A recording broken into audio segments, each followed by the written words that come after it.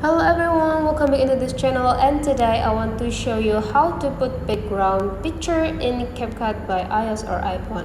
So first thing we're gonna do is open the Capcut application, and I already opened mine. And now choose the project, or you can also start the new project by choosing the new video. But here I want to use my previous videos that I already removed the background before. So this video has no background on it.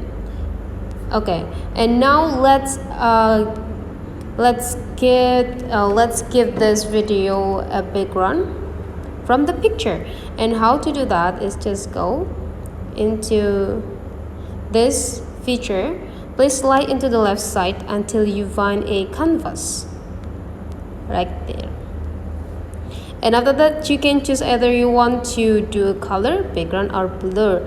So since we want to change the background, go into the background, and there will be an option here is a picture plus, means that you can access the pictures that you want to add for the background.